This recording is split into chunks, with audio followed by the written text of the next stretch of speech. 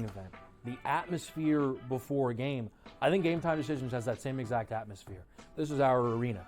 This is what we do. There is going to be an energy to Game Time Decisions that you will feel night in and night out. The excitement you get when you lock your bets in, when you're figuring out what you want to do, we can zone in on the biggest games each night. I want this to be the place that people come to before the games start so they feel as ready as possible to lock in their cards. We are going to hit every single one of those markets that you need to know about. We're going to go through every single thing, and I've got a great team behind me that's going to help me get the job done. There is not going to be a better place, I promise you, than Game Time Decisions to get that new information, react to it, and be able to then bet accordingly. We will have everything at our disposal, and we will use that to our advantage.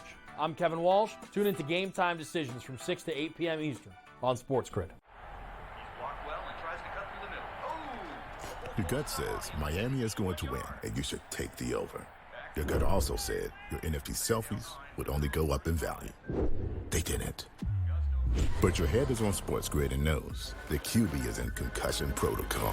The backup has a 45 QBR against the zone coverage. The New York D has the most sacks in the league. So yeah, trust your head. It's smarter to be on SportsGrid.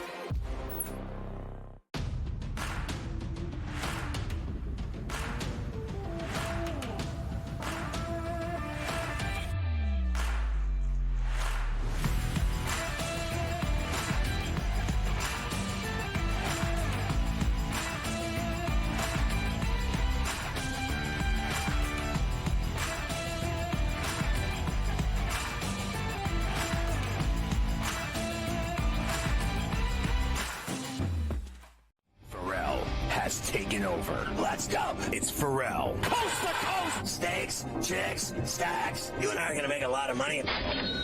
It's Ferrall. Coast to coast.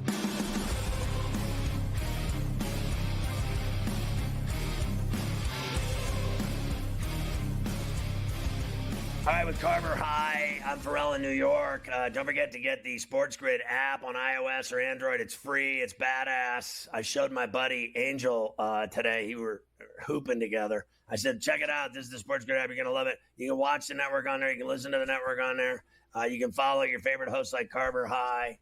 I said it's got it all. In-game odds, you name it. Stories. I mean, this thing's just incredible. You got to get it. He downloaded it right on the spot. He's probably listening right now.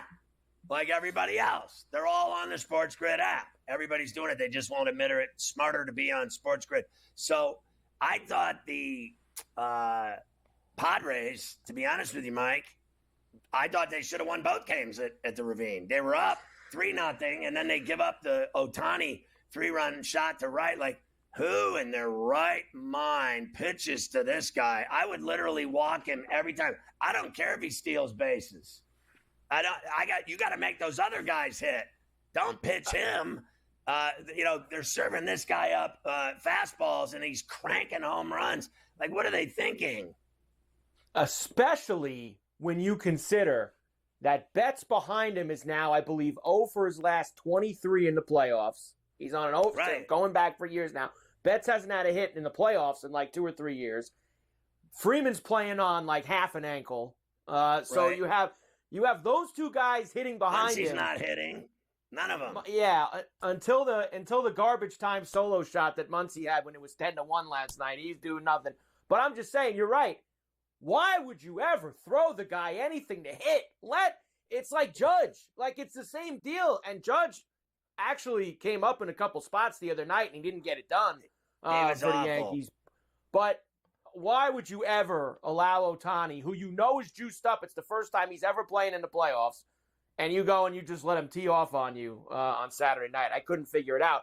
But then the Padres, Scotty, returned the favor, and they teed off on the Dodgers last night. 6 home runs for the San Diego Padres, 2 of them by Fernando Tatis Jr. Here is the first one to get things going in the first inning, 97-3, the Fan in San Diego. The 0-1 pitch, Tatis launches that one in the air. Deep down the left field line. It is way back and gone. A home run into the Dodger bullpen down the left field line. Fernando gets him again, and it's 1-0 here in the first. Oh, the Friar faithful. baseball. They're going crazy. Friar baseball. And you heard, obviously, the very loud boos from the L.A. crowd there after that one. It got only worse. Peralta, Jackson Merrill, Xander Bogaerts, Kyle Higashioka, and then a second one from Tatis for the 6 San Diego homers. Now, there was a few things going on, clearly, with the crowd last night, Right. Scotty. You mentioned it before, the Dodger fans, the Dodger Stadium crowd. I think it got kind of started in the first inning because you had Tatis homer, and Tatis and the crowd always are giving each other the business. Then you had Profar rob the Betts homer in the left field seats, pretend like he didn't catch the ball, and start giving the business to all the fans out there in left. And then it kind of spiraled from there to the point where they were throwing things at throwing baseballs at Profar later. Tatis was getting into the crowd even more. Here's Tatis after, Scotty, before you comment on all of it, talking about the Dodger fans. Wild. Oh, man, it's definitely wild out here, but at the same time, it's a good environment for baseball, although people get carried away a little bit for their emotions, but, I mean, it's a good back and forth, and, at the end of the day, it's a show, and we should enjoy every moment. How did you feel about what took place in the top of the 7th inning with the things coming on the field, security? Just think, like I said, just the emotion is going through the roof. Dodger fans, they were just not happy. I mean, they're losing the game, obviously, and just a lot of back and forth. And what can I say? Wish they could control a little bit more their emotion, but at the end of the day, I see that it's part of the game. This guy was gyrating his package in their face. He literally was gyrating his onions in their face. You saw it. I saw it. I saw a couple of things. And look, I don't think it's any excuse for what was going on out there. I think there was absolutely people, some got ejected, etc., that were throwing things at the players, which you can never, ever, ever do at a game. I mean, people have been saying unsavory things to players from the crowd since the dawn of time. I saw another video where the guys in the bullpen looked like they were ready to fight the fans by the bullpen. Like, there was just, Tatis was gyrating at him. Profar was going back and forth with him.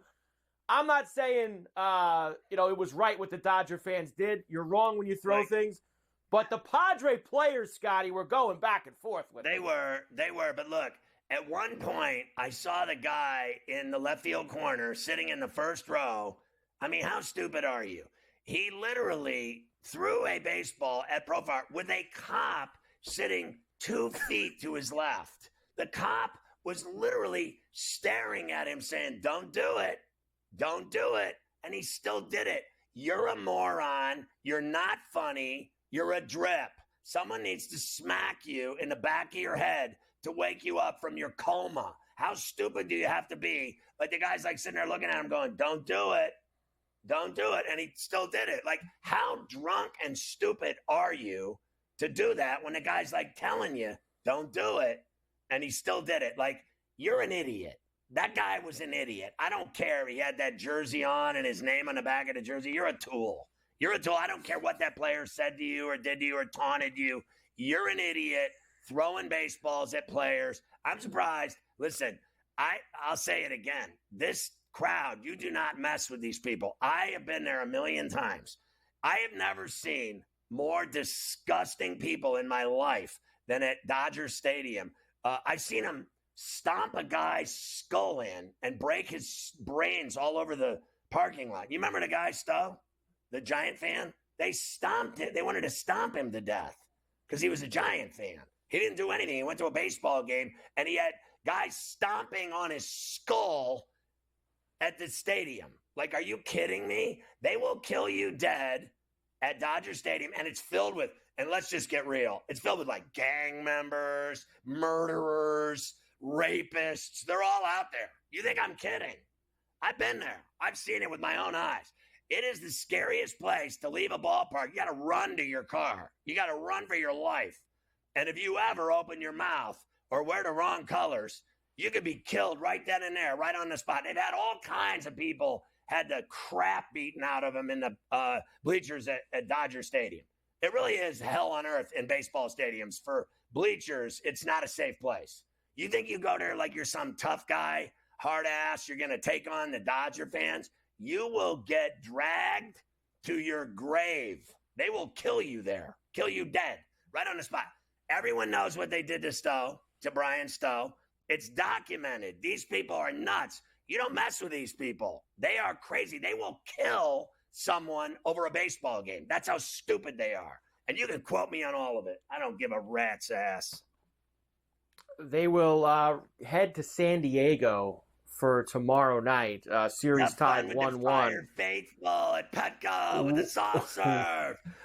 Walker Buehler and Michael King will be the pitching matchup. Minus 145 for the Padres. Sucks. He's awful. King strikes Plus out 10 or more a game. for the Have Dodgers. fun. 7. I pitching advantage to me. Like you said, it's the Padres. They have the pitching advantage here. King was excellent in that wild card game last week. I think that he'll be good again. And Buehler was awful this year. He needs to step up. They're not going to have Kershaw. He's done for the postseason. So we'll do more on this. Let's do more on this tomorrow. I think the Padres are going to get him. I think they're going to win both games in San Diego, too. How about that? I don't even think they're going to go back to L.A. I think they're going to win both games there at Petco. I'll go crazy. I'll go crazy if the Friars get it done at Petco in SoCal, Cal.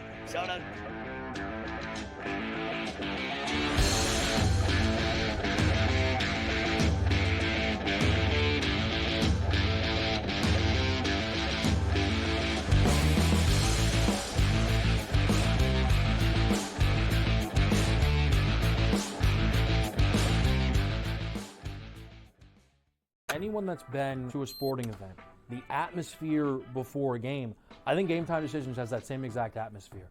This is our arena. This is what we do. There is going to be an energy to Game Time Decisions that you will feel night in and night out. The excitement you get when you lock your bets in, when you're figuring out what you want to do, we can zone in on the biggest games each night. I want this to be the place that people come to before the games start so they feel as ready as possible to lock in their cards. We are going to hit every single one of those markets that you need to know about. We're going to go through every single thing, and I've got a great team behind me that's going to help me get the job done. There is not going to be a better place, I promise you, than Game Time Decisions to get that new information, react to it, and be able to then bet accordingly. We will have everything at our disposal, and we will use that to our advantage. I'm Kevin Walsh. Tune into Game Time Decisions from 6 to 8 p.m. Eastern on SportsGrid.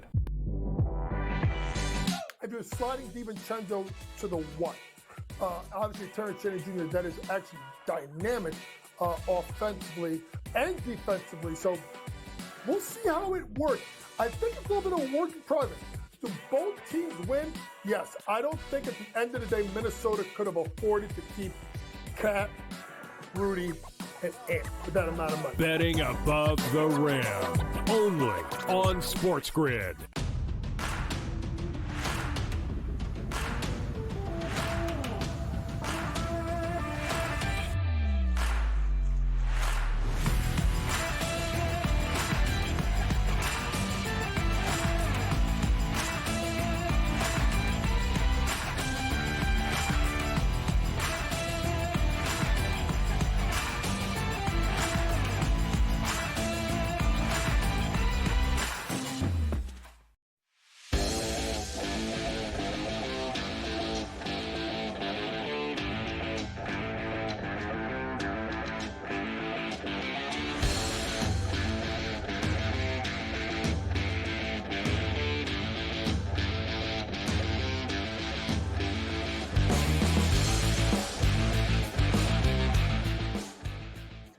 Andrew Monaco is the voice of the Texas A&M Aggies down in College Station. You can follow him on X at Andrew Monaco, MONACO_senior SR, and follow the voice of the Aggies all season long. They've rattled off 5 straight wins after losing to Notre Dame at Kyle Field to start their season. And Andrew, it's great to see you. I know that Elko, their new coach, said at the time that, we're not going to flinch. We got beat. They came in here and beat us flat out. we're a growth team. We're here to get better every week, every day. And boy, have they lived up to that. And then we'll get into Saturday. But what do you think of what he said after the fail against Notre Dame and the success since? Scott, he said even before that game, he told his coaches that if we beat Notre Dame, then the entire message around all of college football is going to be, wow, Texas A&M, they're dark horse contenders. And if they lost to Notre Dame, be ready for this. Elko's not the guy. Got to get a new guy in there. Brand new coaching staff. It's failed. It's not a 1 week rebuild, right? Or it's not a 1 week build, if you will. So Mike had everybody set up for that. And I'm with you. This is a team that keeps getting better every single week. They did it against McNeese. I thought the road win at Florida was the one where, and even Coach Elko said this, that's the most strain and effort he had seen from this team that gave them that road win for a team that had struggled in true road games. And then they keep building from there until this past Saturday. And they know the job's not done, but quite a stretch for the first 6 weeks to be 5-1 in his first season back here at Texas A&M. You can see the growth from week to week. The guy can coach flat out. Everyone saw that at Duke, and now he's on he's gone up in weight class. I think he's like a fighter moving up the food chain and going for a bigger belt at a heavier weight. I think he's doing a great job. I have to say, like, one thing I noticed is that, remember, they went on the road and won in a hostile environment. You talked about it. But Missouri hadn't been on the road yet. So I think they're a lot better football team, frankly, than what I saw on Saturday. That was a team that went on the road and laid an egg. And obviously, A&M played fantastic. I thought Moss was incredible. We'll talk about him. But let's face facts. It is brutal to go on the road in the SEC, and it's brutal to play your first road game in a place like Kyle Field. Like Notre Dame pulled it off, but they're not in the SEC. It's tough in conference to go on the road and win a game in anything. Like Big 10, Big 12, SEC, ACC, I don't care what it is. Those road games are brutal. Could not agree with you more. I totally agree. And you actually have to be better on the road than you are at home. And for Missouri, they're going to learn some things about themselves. And I have total confidence that Eli Drinkwitz will say, hey, okay, guys, this is what we did. That's not us. How do we get better? It's the only thing you can do after a loss. And that's Notre Dame. Here's the beauty of Notre Dame coming in. Notre Dame has played under Marcus Freeman. They played under Al Golden, especially that defense, and they have been comfortable together. What I'm watching with Mike Elko and this Jay Bateman defense is getting comfortable together now through 6 weeks. There's still a way to go. They're not a finished product yet. It reminds me of Mike being here in 2018 under Jimbo Fisher as the defensive coordinator. There was an awful lot that he installed. And even he says we were better in 2019 than we were in 2018. Doesn't mean you can't get better over the course of the season. And I asked Mike, is this a team that can do that over the course of the season? And he says, you're seeing that. Scott, I think the other thing is when you come into a program, you've got to address what you have and you've got to address the deficiencies. And not only just address the deficiencies, you got to correct those. And that's what I think Mike Elko was able to do. Can you correct those deficiencies? The offensive line is better. The defensive line is a monster. And the back end on defense is better. And that's what's showing up this season. How about Moss? I mean, the guy had 3 tutties, and they were up 24-zip. And then I think it was the first play of the second half, he had another tutty. I was like, this game's over. They were already up 24-zip. And I think it really just literally ripped the soul out of Missouri's chest. I mean, they were done right then and there. Yeah, it did. And for Texas A&M, at times they've kind of stumbled out of that second half gate, but not with that run. And the sea just parted and Le'Veon did the rest. He's a mature young man. And I'll be honest, he's in better shape than he was in the past. And all that is paying off.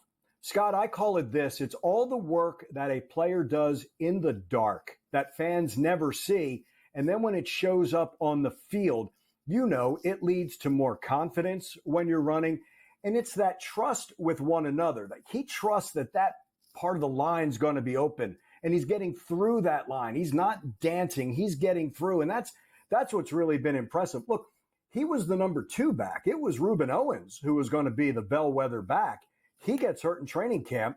So Le'Veon and Amari Daniels and E.J. Smith, they've done it collectively. But Le'Veon is getting most of the rushes and doing an awful lot of damage. But he's now seeing all the work that he did in this offseason is paying off for number 8. Respectfully, I got 1 minute. You got your quarterback back on Saturday. Connor, I thought, played very well. I did not think Brady Cook played well. I was surprised because he's a really good quarterback, and I thought the Aggies took his game right out of his hand and said, not today. It ain't happening today. But I thought Connor played great after missing 3 games. I think simply it's a line of scrimmage game, and the offensive line gave Connor the time and established the running game. Brady Cook was on the run because of the defensive line of the Aggies, and Missouri couldn't get Nate Noel going. He's a very good running back. You know, guys with the hands in the dirt, Scott, they determine everything. That confidence in Connor, and I think it was a defense where there's some windows that are open, and give Connor credit because he's a very good quarterback that way, and he threw into those windows. I'm with you. I'm thrilled for the young man, and now that he's healthy and throwing like that, this offense can proceed. I can't wait, Andrew, to see how they do the rest of the way. And then that last game against Texas on November 30th is going to be sick. Always great to see you, Andrew. Thanks for taking the time to come on Coast to Coast, brother. Great job Saturday.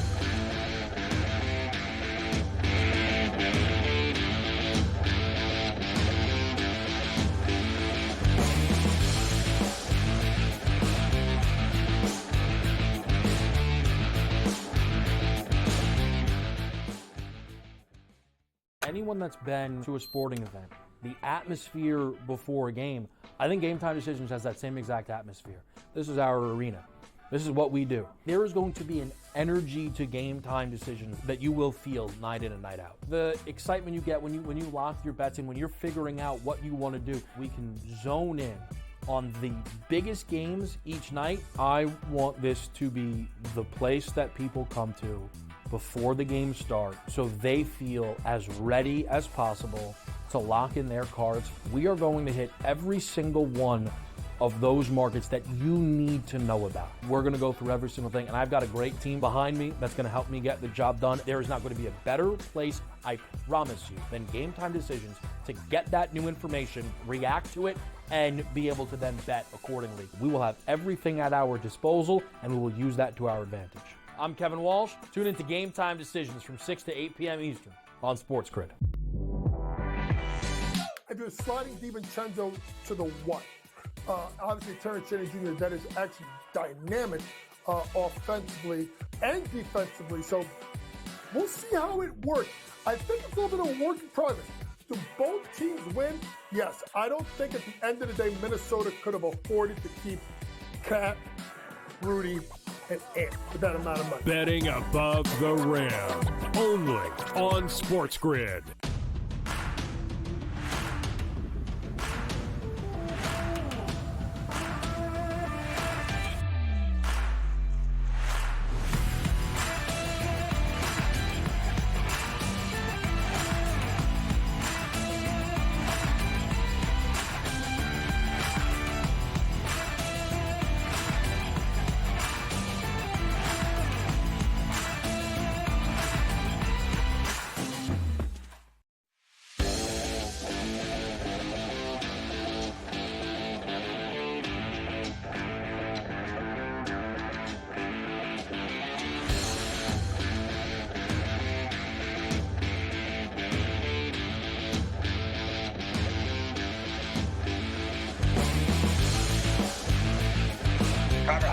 There's no other way to say it.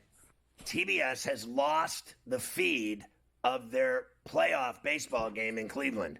There is absolutely no game on TV right now. They have lost the game. Not only that, Mafia told me that TNT's out too. TBS, TNT, it has to be something at Turner. Some guy just tripped over the satellite line and it came out of the plug and no one noticed. It's literally been off for 10 minutes. There's no game on. You have the game on streaming. We do not have the game on television. It is gone. How embarrassing. Yeah, I just they're streaming on the Max app fine. Scooble just had 2 strikeouts in the bottom of the first, so they're off and running here in Cleveland, scoreless going to the top of the second. Sounds I want like to see how long it lasts. Honestly, some it's been going cable on for 10 providers minutes. are having some issues, it seems. But if you want to pop on the app, it's streaming over there. That's for sure. All right, the other game will start tonight, just after 7:30 East in the Bronx for the Yankees and the Royals. Now, I will tell you, Scotty, me and you have said this a lot. Now, Cole has had some decent starts in the playoffs for the Yankees in the past. Every time they gave him a lead the other night, he gave it right back. Like Cole was that guy out there, he's just like, here you go, you take it. I don't really want the lead. I thought he was. I don't know if you want to call it them not playing for a week, him not pitching How for does over that a week. work for you? How does awful work for you? Awful He was works awful. just fine for me. Awful was that's fine then. I'm willing to go with awful because that's precisely what he was. But the Yankees still found a way to get it done. 6-5, they beat the Royals on Saturday. I'll tell you what else they found, Scotty. That Weaver's good at the end of the game. That Luke Weaver. Thank God they moved Holmes out of there. Now that Holmes pitched the other night, He pitched well. which was a problem. He did. He did an inning in Maybe 2 he's a better thirds. setup guy than a closer, but it worked. He got everybody out. I think Weaver's been the Dream Weaver's been sensational. The skinny kid striking everybody out. He's been crazy good. What does he face? 44 guys, struck out 27 of them. That's crazy. Yes. Did you think that they got the call right with Jazz at second base because everybody in the Royals screamed and yelled that they got robbed on Saturday night? Yeah, That call. all calls that go the Yankees' way are correct, as you know. And It's like listen, the Kane Jazz, game. It's like the Kane game on Saturday night. Hey, that's it. The they refs- won. The call's the call. The That's refs it. did a great job in the Canes game. They should all get free Mai Tais and tequila shots at the bar. And then I thought the umps in the Yankee game did a phenomenal job. I also Jazz is not hitting. I mean, the guy he hasn't had a hit in 2 months, but he got on base and he stole second, and then Verdugo drove him in. They got 2 runs on bases loaded walks. I mean, they had no business winning that baseball game the other night, and they did win. And I told you going into it, I go, they'll be the only team that hasn't played in a week that'll win a game this weekend, and they did. But I'll tell you this much, the Royals are giving them problems, so I expect about the same thing tonight. I think they're an issue for them, but a game just came back on after 15 minutes being off. They finally got that fixed. How embarrassing was that? But I think the Royals are a problem, and my guess is that the Yankees need to win tonight. They really do, because I think when they go to Kansas City, they're going to lose. Look, and Reagans is going for the Royals tonight, which we'll get to in a moment. I think it favors them. You know me, I'm not a Rodon guy, and I'm worried about what Rodon's going to give them here in a big spot in the playoffs. Hopefully he proves me wrong. Before we get there, He's here's better than Bruin. Cole. They figured Cole out now in baseball. Yeah. You know what he reminds me of?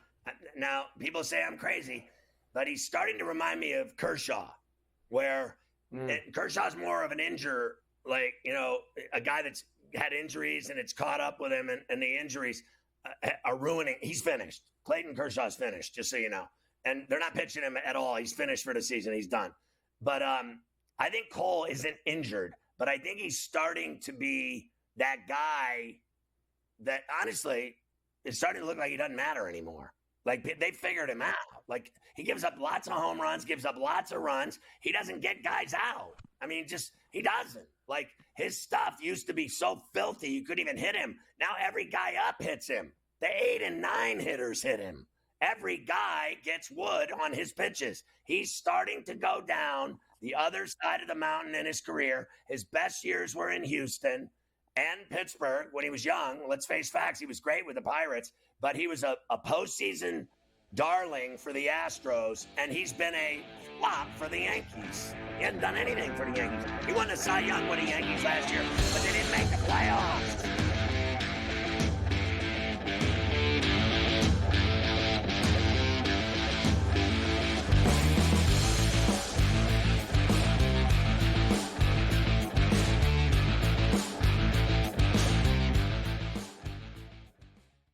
anyone that's been to a sporting event, the atmosphere before a game, I think Game Time Decisions has that same exact atmosphere. This is our arena.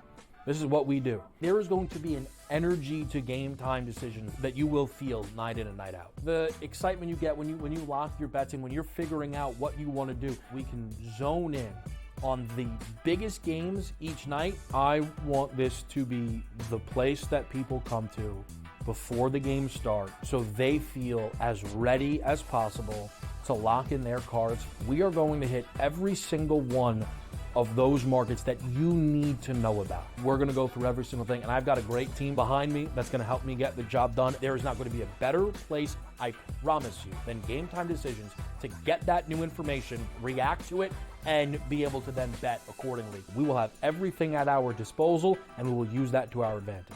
I'm Kevin Walsh. Tune into Game Time Decisions from 6 to 8 p.m. Eastern on SportsGrid. I do a sliding DiVincenzo to the one. Obviously, Terrence Cheney Jr., that is actually dynamic offensively and defensively. So we'll see how it works.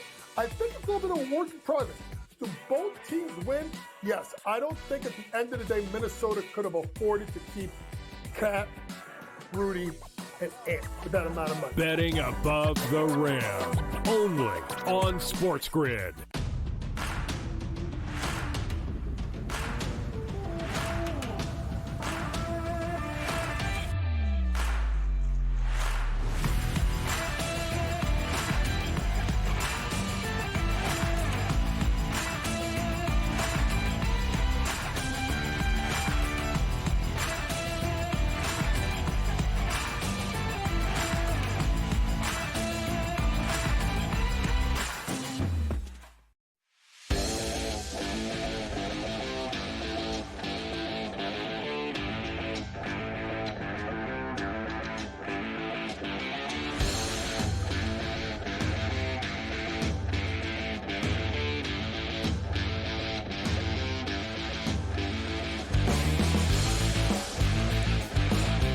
So I just said to Carver High that in the break that I think the Dodgers, the Padres, the Mets, and Phillies are all better than the Yankees.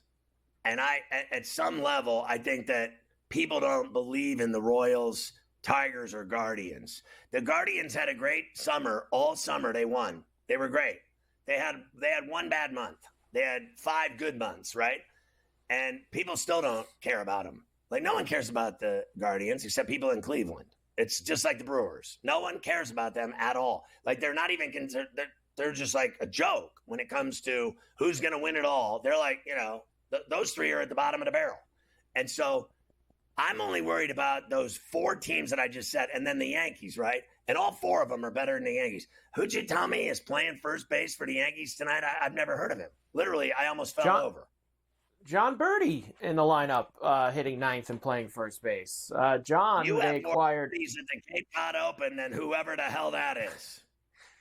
John, they acquired from the Marlins back right before the season started. He missed a substantial amount of time this year with a calf injury, but he's in there tonight. 34 years old, gives you a little bit of speed on the bases, a decent glove, I guess, and against the lefty Reagans, he'll be out there tonight. So let's go, John. Is that because Rice can't hit? Well, I mean, they played Cabrera the other night against the righty, so I guess they don't want to play Cabrera against the lefty, and they don't want to play, obviously, Rice against the lefty, so they don't have a lot of options.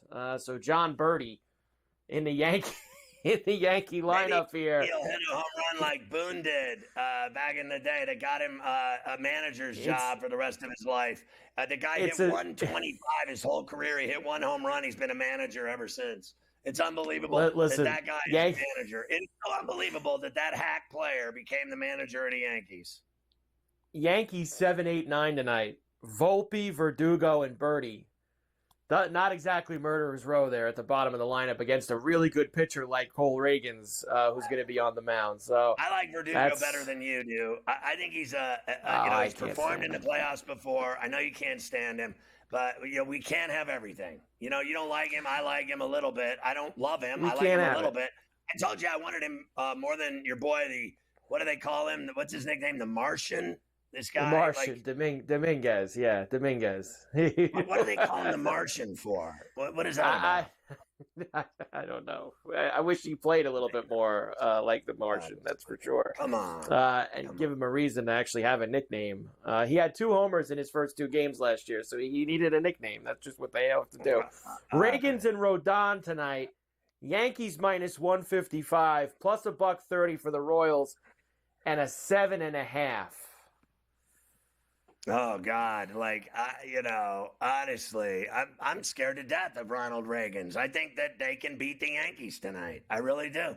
With that lineup you just gave me, and Judge is, he is missing everything. Like, did you see him whiff 3 times? Like, he was swinging like he could have. It was air conditioning for the entire ballpark. This guy was swinging and missing so bad. People's hair toupees flew off their heads out in left field. I mean, honestly. So if he's not hitting, boy, are they average to watch. Like I said, they should have never won. I mean, you get 2 bases loaded walks, and Verdugo's the hero, and Chisholm hasn't had a hit since July, and he's on base scoring the winning run. I'll give him this. He can haul ass. That guy can haul ass, Jazz Chisholm. He's the most exciting. He reminds me of Mickey Rivers, but Mickey Rivers hit way better than Jazz Chisholm. Yes, indeed he did. So I'm with you. I think the Royals are going to win tonight and make it 1-1 going back to Kansas City. I just have no confidence in Rodon. I just don't. By the way, Salvi tonight. I always like to give you one of these. Salvi Perez, 12 for 26. That's 462 with 3 homers off of Rodon in his career. So Salvi has seen Rodon fairly well, I guess you could say, so far in his career. So there you go. That's your one Tater look possibly for tonight. All right, I'll give you the World Series stuff tomorrow because we're going to be having – there it is. The Yankees – go ahead. You had it up there. The Yankees – imagine this. There's no the Yankees way are the favorites to win the World Series. I'm with you. I do think the Phillies, Dodgers, Padres are all better than the Yankees, and I would take them all to beat the Yankees in a series if they played tomorrow. I would absolutely. Your money's so much better spent on the Phillies, Padres. It's not even funny. Dodgers, Mets, all have better chances than that team. They don't hit. They don't hit the Yankees. If they don't hit, they suck. I mean, their pitching is average. We knew that already. They have to hit. And the only guy that hit was Soto. Soto's a badass. Yeah. And I got to tell you, he got a taste of Bronx playoffs on River Ave. I don't know how you ever leave that. I mean, the atmosphere in the Boogie Down, there is nothing like it in baseball. You think you got it going on in your stadiums, and I love Petco, and they love Chavez Ravine. The bank is open, Citi Field. There is nothing like River Ave and the Boogie Down. I don't even care if it's the new stadium, old stadium. They're both the Boogie Down. There is nothing like the Bronx in October in the playoffs. When that place gets lit and jumping, I mean, it is off the chain, the hook, the whole kit and caboodle. And I will say this, too. It seemed like it was loud, but there's been some talk that I guess TBS, who does the games, doesn't have the crowd turned up at the game. It's not portraying itself to be as loud as it actually is. I guess we need to hear Costas more than we need to hear the crowd. I'd rather hear the crowd.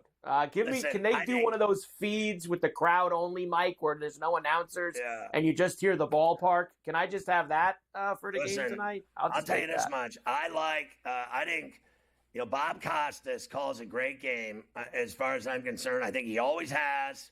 The guy knows his baseball. He loves baseball. And he can call a baseball game. I thought he did a great job the other night calling that game. I enjoyed it thoroughly. And if they don't have the mics turned up, I mean, that is Fem City. What is that? Yep. That is so – you know what? I got to tell you, you give him an F today. You give him an F at the Yankee game, no mics. Yeah. You give him an F today. They lost the playoff game for 15 minutes. It wasn't on air for 15 minutes. The first 2 innings weren't on. I mean, that was embarrassing.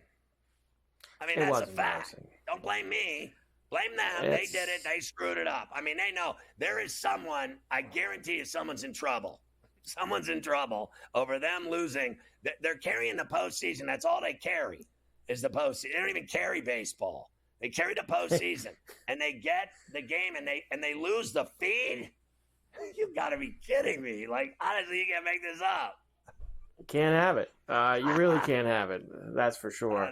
All right, and they're on to the third. 0s across so far through 2 innings in Cleveland between the Tigers and the Guardians. So no runs yet, and really, I think they've only seen 1 or 2 base runners on either side as well. So not even a lot of that going on. That's for sure. All right, we have a lot of football to get to.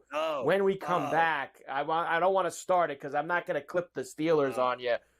In just 30 seconds. I can't possibly do that to you, but we'll come back. Have you ever seen anything like that weather? Have you ever seen a pro football game stop for 2 hours for weather? They only do that in college. They play pro football in monsoons.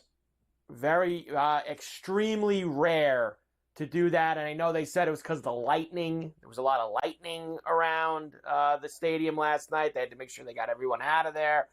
That it was tough because then the game didn't end until 1 o'clock in the morning, which was, listen, it is what it is. If you want to stay up, you got to stay up. It was a long day though. Remember, you had a 9:30 a.m. kick with the Jets, the way to 1 a.m. at night with the Steelers. It was a long football day.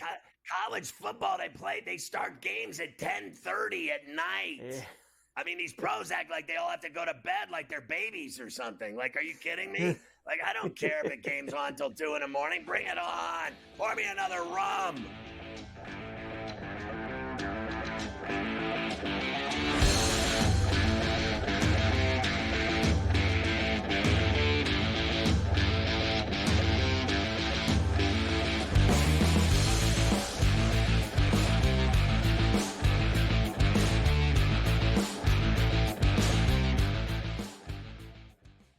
Anyone that's been to a sporting event, the atmosphere before a game, I think Game Time Decisions has that same exact atmosphere.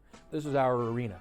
This is what we do. There is going to be an energy to Game Time Decisions that you will feel night in and night out. The excitement you get when you lock your bets in, when you're figuring out what you want to do, we can zone in on the biggest games each night. I want this to be the place that people come to before the games start so they feel as ready as possible to lock in their cards. We are going to hit every single one of those markets that you need to know about. We're going to go through every single thing, and I've got a great team behind me that's going to help me get the job done. There is not going to be a better place, I promise you, than Game Time Decisions to get that new information, react to it, and be able to then bet accordingly. We will have everything at our disposal, and we will use that to our advantage. I'm Kevin Walsh. Tune into Game Time Decisions from 6 to 8 p.m. Eastern on SportsGrid. If you're sliding DiVincenzo to the what? Obviously, Terrence Cheney Jr., that is actually dynamic offensively and defensively. So we'll see how it works. I think it's a little bit of a work in progress. Do both teams win? Yes. I don't think at the end of the day, Minnesota could have afforded to keep Cat, Rudy, and Ant with that amount of money. Betting above the rim, only on SportsGrid.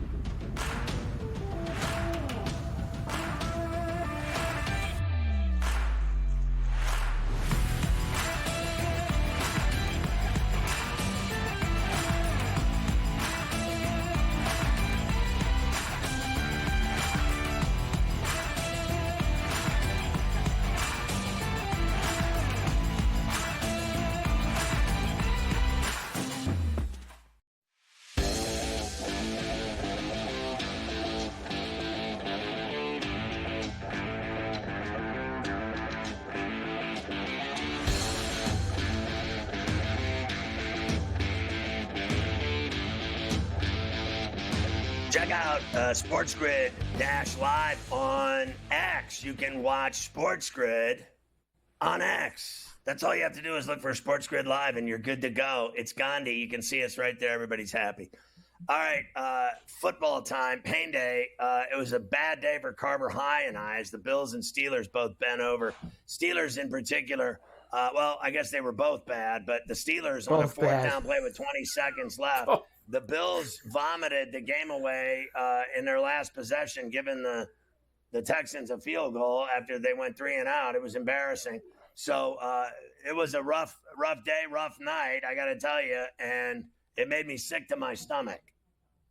It wasn't easy for any of us, that's for sure, on Sunday. There was a lot of boneheaded mistakes on both sides. Cowboys beat the Steelers 20-17. Of course, what you were referencing, Scotty, under 30 seconds to go, 17-13 lead for the Steelers. This is a fourth down play. Now, 2 plays before this, that fumble, that guy on the Steelers flew over the line and knocked the ball out of Dowdle's hands. All they had to do was jump on it, but Dak was able to pull it in. 2 plays later, he finds Jalen Tolbert on NBC. Prescott throws, crossing, it's caught for the touchdown! It's Tolbert! Stays in the game and grabs it for the score! So my buddy was mad that I rubbed it in his face that the Phillies gave up 5 runs and he should watch college football. On this show, we rub it in everyone's face every day. When your team loses, you're going to take it. A pie to the face, just like I did right there. What did Tomlin have to say after another loss, 2 in a row? 2 in a row for Tomlin. Here he is afterwards, Scotty, always trying to find a way to describe the game as best he can.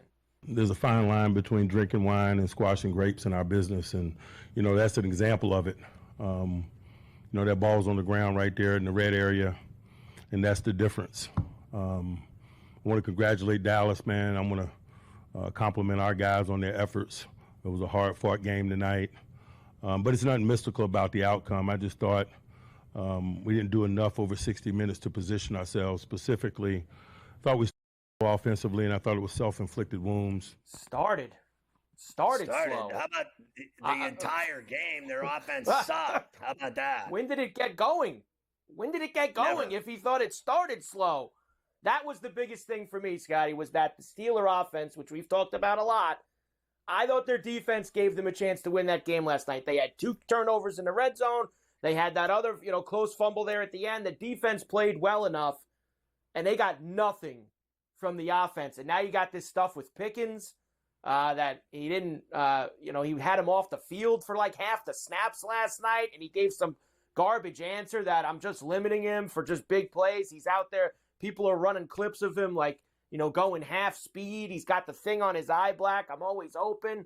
I don't know what's going on there, but they couldn't move the football last night. Well, not only do they not get him the pill, they don't have another receiver. I think on the other side, it's Hack City, and then they give Freiermuth the ball a couple times, like he scored last night on a pitch from the quarterback, sweeping behind the line, right? But that's not his job. He's a big tight end. Like, get him the rock. They don't have another receiver. How many times do we have to talk about the Steelers needing to trade for a receiver? The Adams is available, and they won't get him either. They went after Ayuk, and they didn't get him either. They can't get anybody. Like, it's just embarrassing. That's their problem. What they look like to me is that, I hate to say it, but my friend in Atlanta said it best. Have fun with Art Smith. This is the guy that ran the Falcons into the ground, and he's now in charge of the offense. Meanwhile, they had the worst offensive coordinator ever in Canada. And then they get this guy who can't coach either. That was their solution to their offense, was bringing in another guy that's 3 in a cloud of dirt, right? Like, this guy, they brought him in to run the football. They can't even do that right. They're not really doing that right at all. Bottom line is, Warren gets bigger yards running, but he hurt his hammy, and he's never been the same. And Najee just doesn't cut the mustard. You wonder why they gave him no deal in the 5th year. Because he's just not worth it. Doesn't seem like it, that's for sure. And there'll be some questions about. He doesn't do anything. I'm with you. I don't think it will matter, but I think he's going to give Russ a chance. I don't know if it's this week. I think he's going to give Fields one more crack this week against the Raiders. I don't see why. I think it's time now. You lose 2 in a row, you lose 3 in a row, and your season's over. They need to beat the Raiders. The Raiders suck.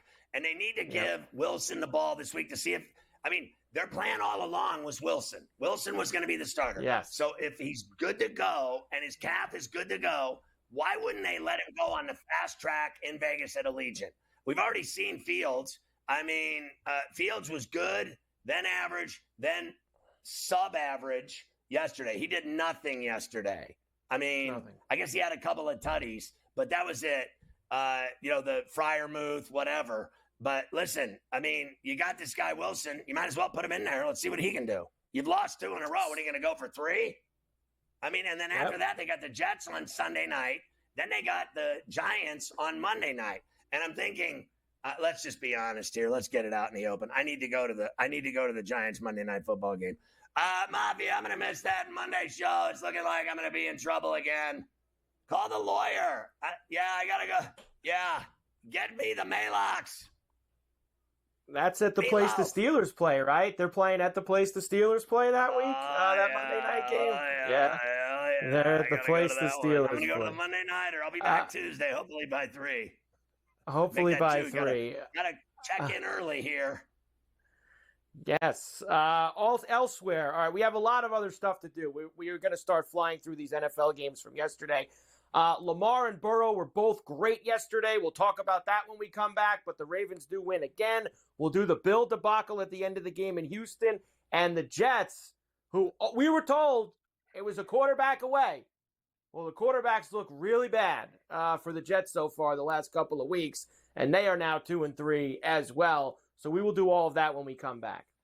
And he's got an ankle problem, and it looked like he blew out his knee, and he threw 3 picks, and they suck.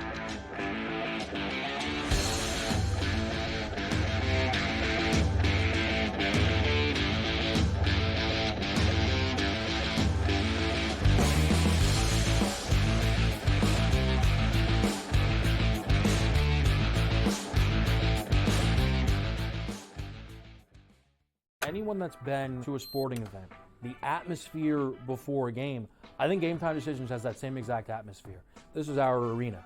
This is what we do. There is going to be an energy to Game Time Decisions that you will feel night in and night out. The excitement you get when you lock your bets in, when you're figuring out what you want to do, we can zone in on the biggest games each night. I want this to be the place that people come to before the games start so they feel as ready as possible to lock in their cards. We are going to hit every single one of those markets that you need to know about. We're going to go through every single thing, and I've got a great team behind me that's going to help me get the job done. There is not going to be a better place, I promise you, than Game Time Decisions to get that new information, react to it, and be able to then bet accordingly. We will have everything at our disposal, and we will use that to our advantage. I'm Kevin Walsh. Tune into Game Time Decisions from 6 to 8 p.m. Eastern on SportsGrid. I do a sliding DiVincenzo to the what? Obviously, Terrence Shannon Jr., that is actually dynamic offensively and defensively. So we'll see how it works. I think it's a little bit of a work in progress. Do both teams win? Yes. I don't think at the end of the day, Minnesota could have afforded to keep Cat, Rudy, and Ant with that amount of money. Betting above the rim, only on SportsGrid.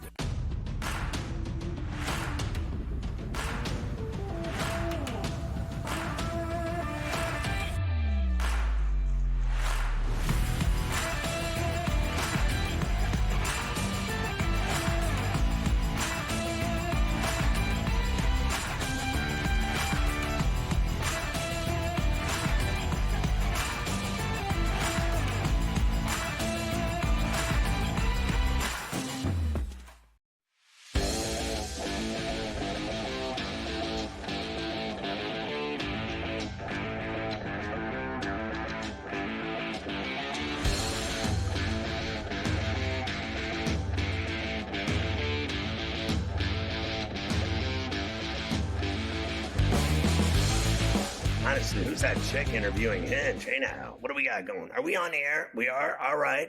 We are. So what? Let's talk about the Ravens. They mean business. I mean to tell you, Lamar and King Henry, they're vicious. I mean, I was talking earlier with Finley about it. I mean, they just literally carried that team on their back. Like, watching those two play football is relatively unique. I mean, they both do so much damage, Mike. They had no business winning that game yesterday in Cincinnati because Burrow played his ass off, and nobody else on, I guess Chase. It's like I said on Friday. They literally have Chase, Burrow, and I'll give you T. Higgins, even though they treat him like crap. They don't pay him. So He's out of there after this year. I mean, look, he had 2 tutties yesterday, too. Higgins and Chase both had 2 touchdowns in that game for the Bengals, and they still couldn't win. They had a 10-point lead with just under 9 minutes to go in the fourth quarter after that second Chase 70-yarder. But the Ravens come all the way back. Lamar was outstanding, Scotty. 348 and 4 tutties for him. Henry had the big 50-yard run in overtime after the Bengals missed a field goal that would have, of course, gave it to them.